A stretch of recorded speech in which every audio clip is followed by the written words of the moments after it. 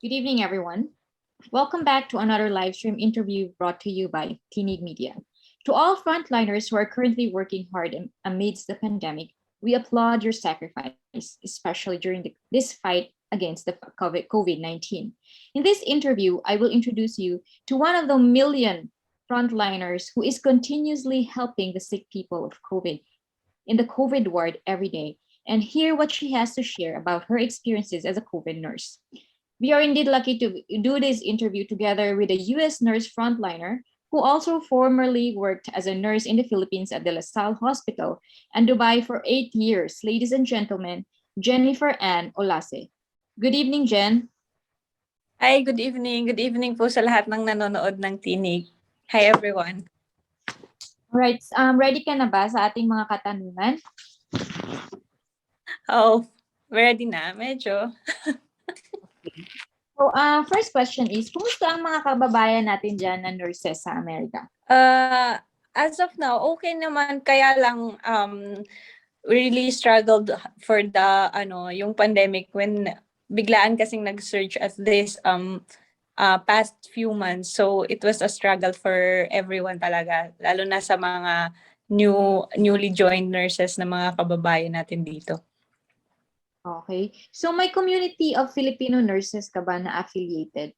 Affiliated, no, but we created our our own community here, like yung mga batch na mga bagong dating ng mga Filipino nurses. So we have our own community, like nagkikita-kita kami once in a while kapag wala kaming work, and we share experiences kasi we came from different area naman, pero we are all nurses, Filipino nurses. So, may pagkakaiba ba ang pagiging nurse sa Philippines or sa Dubai and compared to being a nurse in America?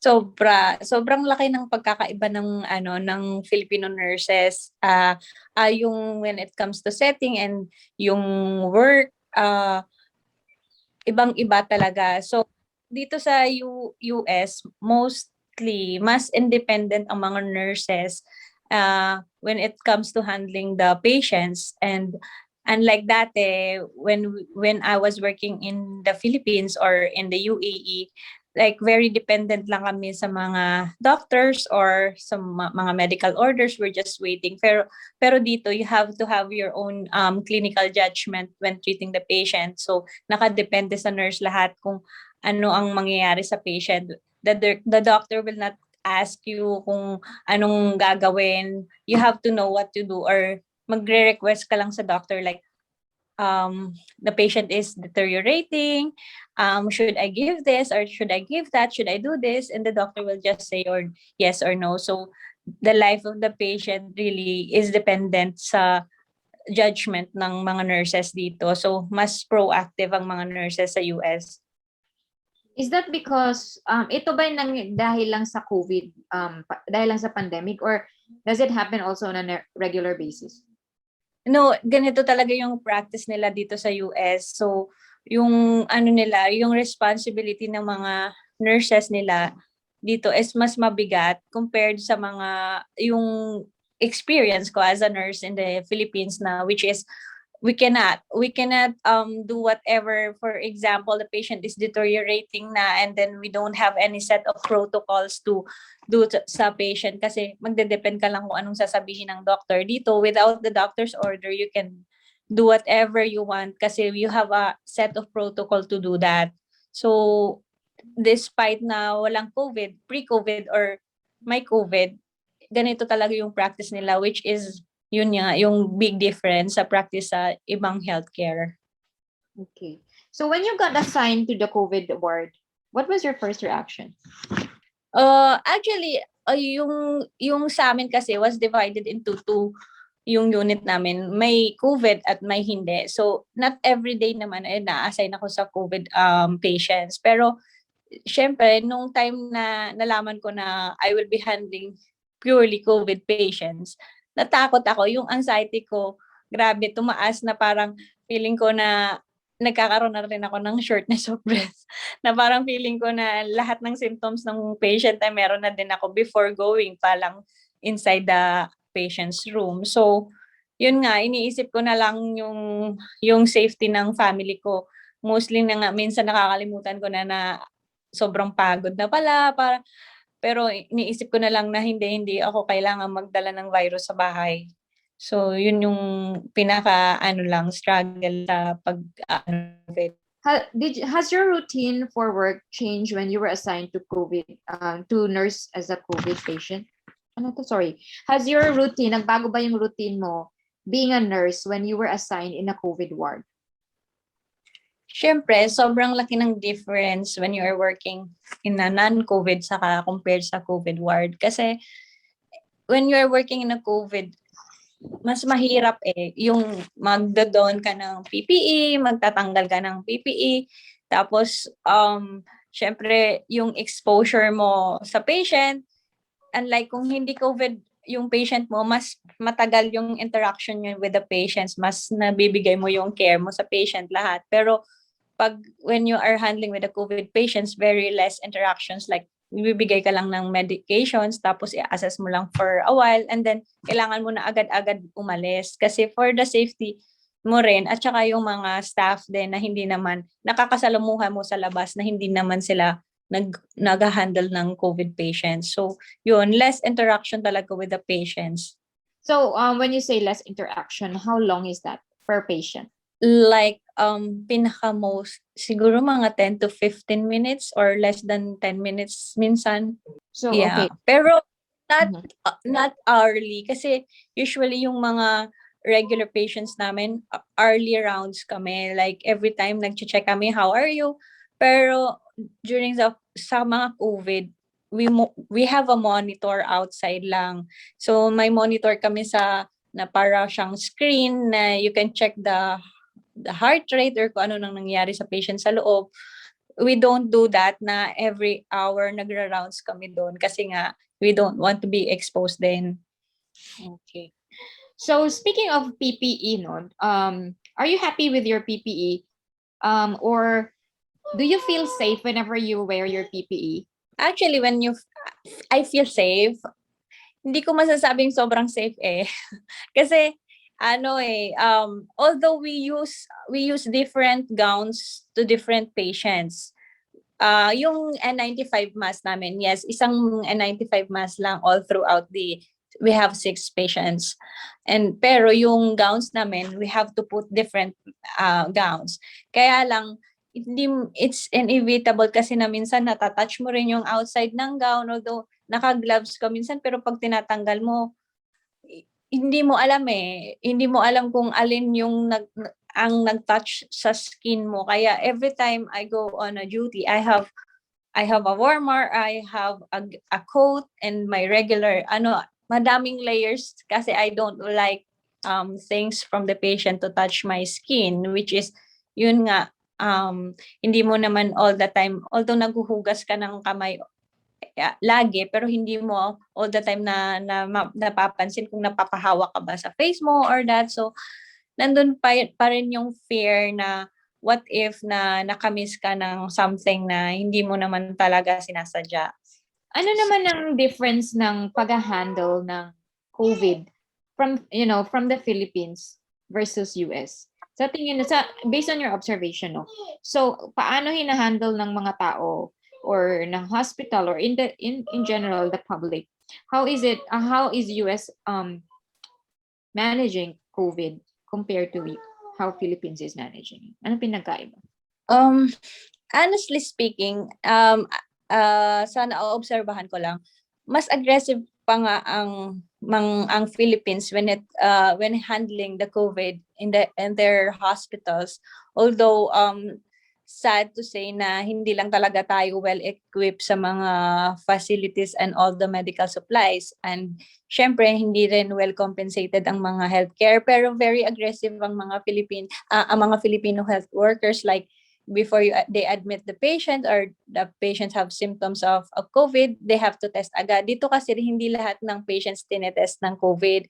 So marami kaming mga patients na with cough, with with shortness of breath, pero hindi naman natetest ng COVID kasi sinasabi lang na patients, no, I don't have a COVID, like that. So sometimes they believe na lang kung anong nasasabi ng patient, but they don't test everyone. So ganon. So hindi mo masasabi na when you are not in a COVID ward, wala talagang COVID patients kasi hindi naman nila tinetest ang lahat ng patients. Pero when it comes to naman sa mga facilities and all, syempre, nandito na lahat. Kaya lang, most of the Americans or their locals here, hindi naman talaga sila nagke-care or they don't believe in COVID. So, yun. So, right now, are there any age brackets for patients that get admitted? Yes, mostly pa rin or majority pa rin naman ng mga patients ko is yung mga elderly, 60s, 70s and above. Pero once in a while, we get patients like mga 30s and their 30s to 40s. And I hear then sa mga pediatric ward, they have at least 20 na mga bata na 12 years old and below na nagkaka-COVID. Pero although hindi naman kasi ako naka-aside sa pediatric, so I have no idea. But that's what they say na meron daw mga at least 20 a day na nagiging positive na mga bata. Anong pinagkaiba ng kung paano i-handle yung mga bata sa mga adult na patients? Well, syempre, mas critical yung handling ng mga bata, especially siguro mga infant and newborns kasi yung respiration nila mas fragile kaysa sa mga adults. So, mas mabilis silang nagde-deteriorate. So, talagang pagbata or mas maliit, mas critical yung care na binibigay ng mga healthcare. Although I don't know or I don't see kung paano nila kung ini-intubate ba agad or what kasi nga mostly adults yung nahahandle ko ng mga patients. Okay. So, can you share with us yung typical scenario of how you admit and handle COVID patients in your hospital, for example? Well, actually, we have, before that, we have kasi a COVID unit. So, yung COVID unit, mostly doon talaga siya nilalagay lahat ng mga COVID patients. They have to accept from the ED or the emergency department. And then, tina-transfer na lang sa amin kapag medyo yung patient, kapag medyo okay na siya or nalagpasan na niya yung critical stage, tina-transfer sa amin, nagda-downgrade sa floor namin. Pero yung direct admission from the emergency department, very rare na yung patient ay medyo naghihingalo, diretso agad sa ICU. So, sa amin mostly downgraded lang from the PCU or the ICU. So, yun. Tapos, usually, we put them in negative pressure room na yung air ng patients is not going to be affecting sa air sa outside the floors. Now, can you tell us how do you prepare whenever you have to go on a duty for a COVID ward? What is your preparation? First, syempre, a lot of prayers. Syempre, talaga yung nagpapababa ng anxiety ko. Tapos, I have to load myself with vitamins, a lot of vitamin C and lahat pa na zinc and all. And then, syempre, I have to make sure na I get enough sleep kasi kapag hindi ka masyadong well-rested, bumabagsak yung immune system mo and then dun ka nahahawa ng sakit. And then, syempre, I have to make sure na complete yung PPE ko. Hindi ko naman din sure all the time na complete yung PPE na meron kami sa floor kasi minsan it happens din naman, although madami silang ditong mga gamit, it happens na minsan nawawala na ng face shield. So sobrang siguro yung mga nurses or mga doctors talagang nagpapalit every time ng mga PPE. So I have to bring my own extra sa bag just in case na wala na talaga for me, then I have my extra sa bag ko na alam ko na I will be protected. So yun, you have to just be prepared with everything na you have to be mentally and physically prepared. Minsan iniisip ko na, COVID ward ako ngayon, kailangan ko ng enough energy to fight para pumunta sa battle. Sabi mo no na sometimes you bring your own PPE. Mhm. Hindi ba are there enough supplies ba? Are there enough supplies in the market for people to buy their PPEs? Yeah, we have usually ang PPEs kasi namin we buy it online. Um and then so far naman wala naman akong nakikita ng shortage ngayon so far kahit sa mga malls or groceries you can easily accessible naman yung mga masks and sanitizers and all that. So hindi ko naman nakikitaan although yung mga nurses nagsasabi sila na when the pandemic came, talagang yung shortage talaga, grabe daw talaga dito, especially last year when nagpa-panic buying sila ng mga PPEs. Pero so far naman ngayon, yung mga ano naman nila, wala na mga PPEs nila ngayon is readily available naman sa market. Okay. So has your work changed since you became a COVID nurse? Yes, definitely it changed a lot. So, kasi before the pandemic or when the pandemic came, I did not work as a nurse. So, nagkaroon ako ng vacant time. So, hindi ko na-experience tong COVID or yung pandemic. So, I was working before in Dubai. I was not in a COVID. There was no pandemic that time. So, okay lang. So, we don't have to worry with the PPE. We don't have to wear a mask. Although, very exhausting na yung job talaga as a nurse in general. Pero ngayon, parang naging doble or triple pa yung pagod. Kasi, can you imagine that you are walking or you are lifting 12 hours na continuously, few minutes lang yung rest mo and then naka-cover pa yung mouth mo and your nose so hindi ka masyado makahinga and all. So talagang pagka after mo ng work, parang doble or triple yung pagod. Okay. Was there a point when you felt like giving up or worried about looking after a COVID patient? Sorry, can you repeat the question? Is Was there a there a time when Okay. Was there a point when you felt like giving up or you felt anxious about or paranoid about looking after a COVID patient? yes.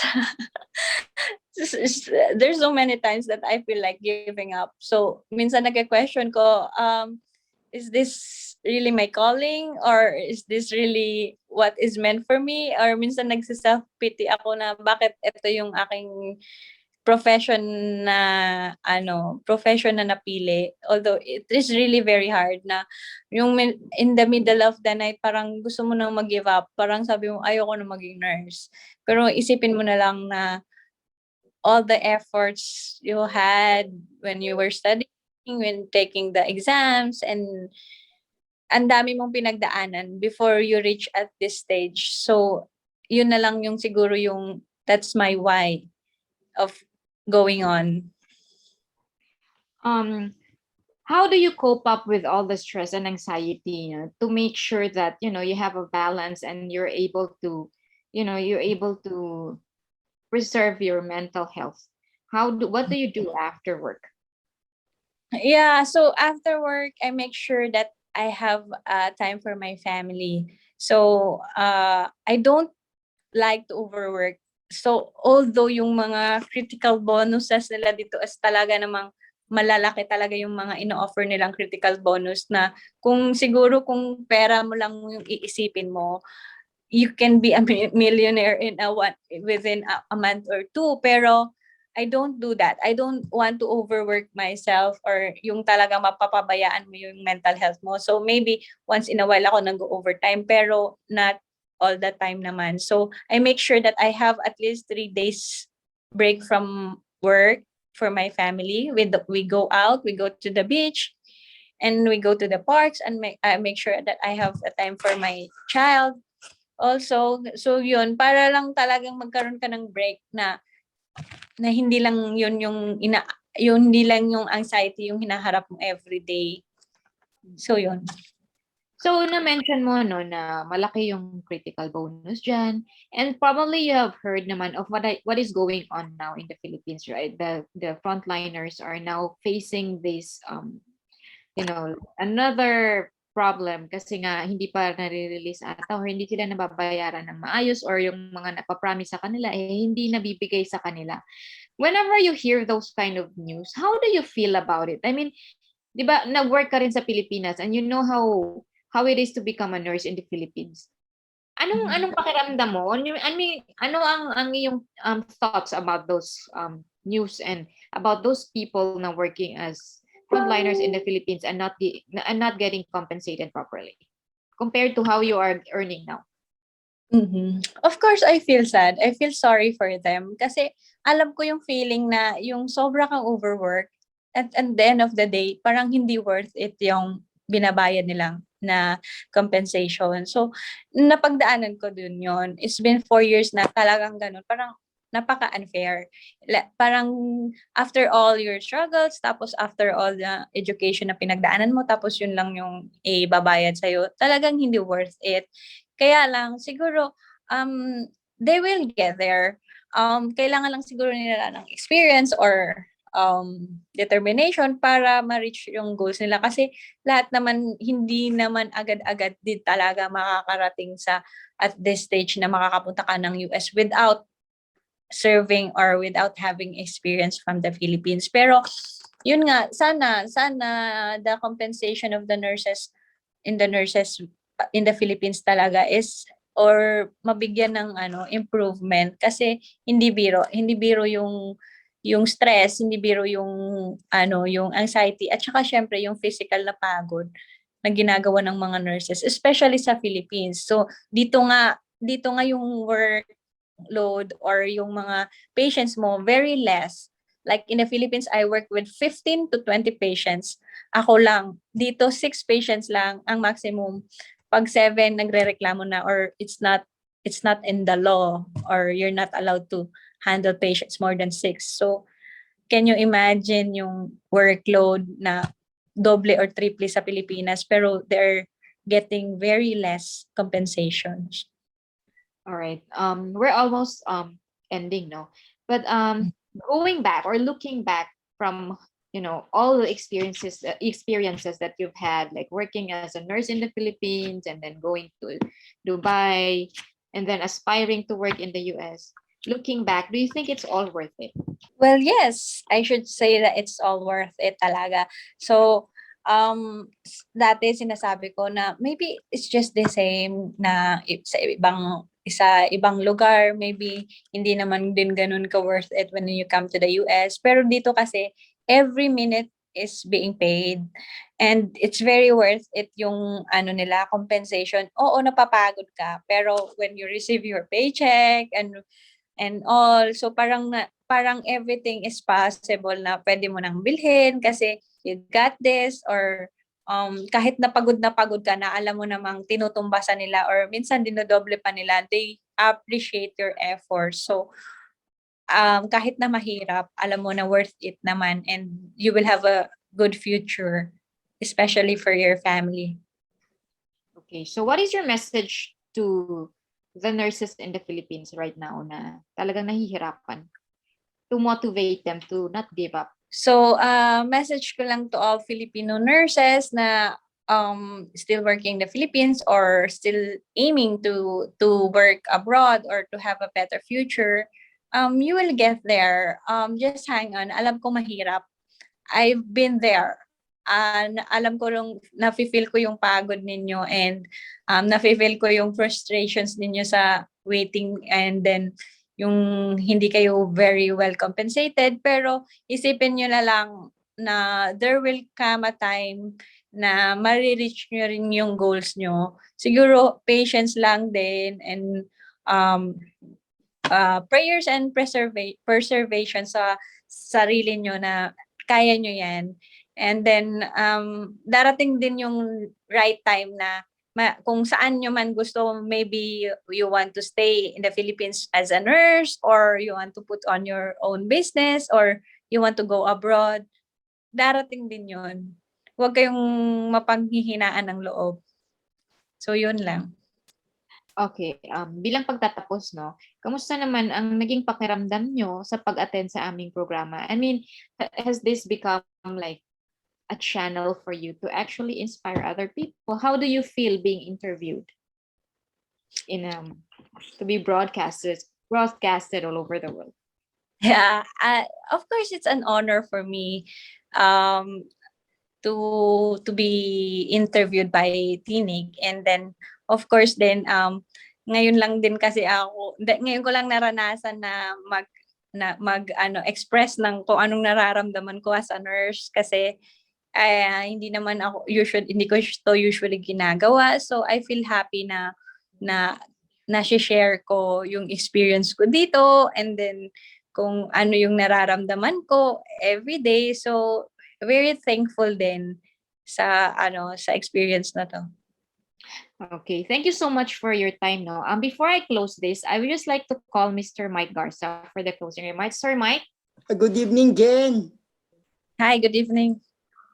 Maraming salamat sa oras na binigay mo sa TINIG Media. Wala na naman po. Maraming salamat din po sa inyo. Ingat ka dyan palagi. God bless. Opo, salamat po. Ingat din po kayo. Thank you. All right, there you go. Thank you so much again for your time. And friends, thank you so much for watching the show. This is Hazel Maven Luan again, reporting. Thank you for watching. Good night.